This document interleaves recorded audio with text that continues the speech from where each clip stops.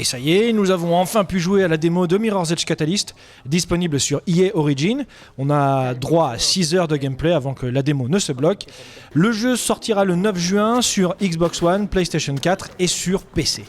C'est la suite du premier Mirror's Edge qui est sorti en 2008. On y contrôle toujours Faith, notre héroïne qui fait du parcours, qui est une nana très très agile.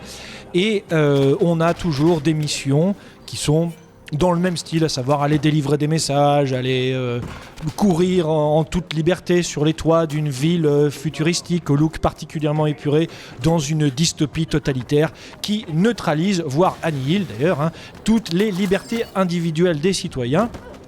Donc pour tous ceux qui ont suivi l'histoire du premier Mirror's Edge, eh bien ils ne seront pas déçus puisque Mirror's Edge Catalyst commence dès la sortie de prison de Faith et on est tout de suite dans l'action, c'est très intéressant, on ne s'ennuie pas.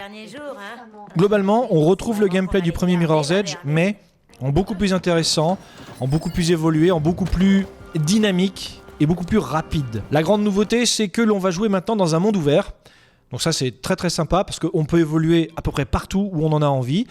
Il y a toujours des missions à faire, l'histoire principale bien sûr, et beaucoup de missions annexes à effectuer. Alors évidemment c'est toujours basé sur le même principe, faire du parcours, prendre un message, aller le livrer à telle ou telle personne, ou bien faire une course, un parcours le plus rapidement possible pour battre des temps soit effectués par d'autres joueurs, soit qui ont été fixés arbitrairement par d'autres joueurs. Et ça c'est plutôt intéressant, ça fait partie du social play.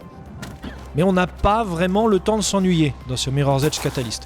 A noter également qu'on a un arbre de compétences que l'on peut parcourir afin de débloquer des compétences pour Faith. Alors, on a des compétences de base, bien sûr, le saut, la course, la récupération, la course sur les murs, etc. Ça, c'est là de base.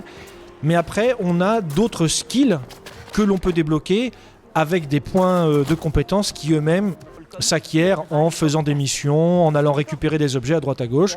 Donc rien de bien compliqué, mais ça donne envie de faire un focus sur telle ou telle compétence, et c'est pas plus mal. La direction artistique reste la même que dans le premier Mirror's Edge, mais en mieux, c'est beaucoup plus lumineux, beaucoup plus détaillé, avec des couleurs vives qui nous sautent aux yeux, ce qui fait qu'on sait immédiatement où est-ce qu'on doit aller pour effectuer une mission, effectuer une action. Mais surtout, l'une des grandes forces du jeu, à mon sens, c'est qu'il nous procure une très forte et très intense sensation de liberté. Chose qu'il n'y avait pas dans le premier. Dans le premier, on était contraint de suivre une progression, on était presque sur des rails en fait, si on regarde bien. Là, dans celui-là, on peut prendre un instant pour aller s'amuser tout seul à faire du parcours, à regarder le paysage ou quoi ou qu'est-ce, et on ne se sent jamais bloqué ou enfermé. Le système de combat a été amélioré, donc il n'y a plus de gunfight, ça c'est fini, mais on peut se battre avec des gardes au corps à corps.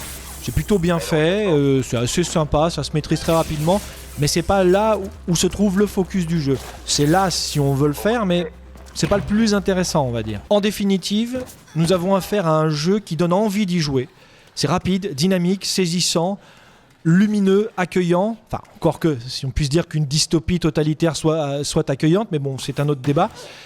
On a Faith, qui est un personnage maintenant endurci, qui a pris des coups, tout ça, mais on a envie de jouer avec elle, on a envie de comprendre son histoire, et si on a envie d'aller s'amuser et de dévier des rails que nous impose le scénario principal, eh bien on peut prendre notre temps pour aller faire d'autres occupations à côté. On n'a donc qu'une seule envie, c'est d'avoir le jeu entre nos mains pour parcourir les toits de Glass City comme on veut, quand on veut, et de profiter de l'immense sensation de liberté que nous procure Mirror's Edge Catalyst.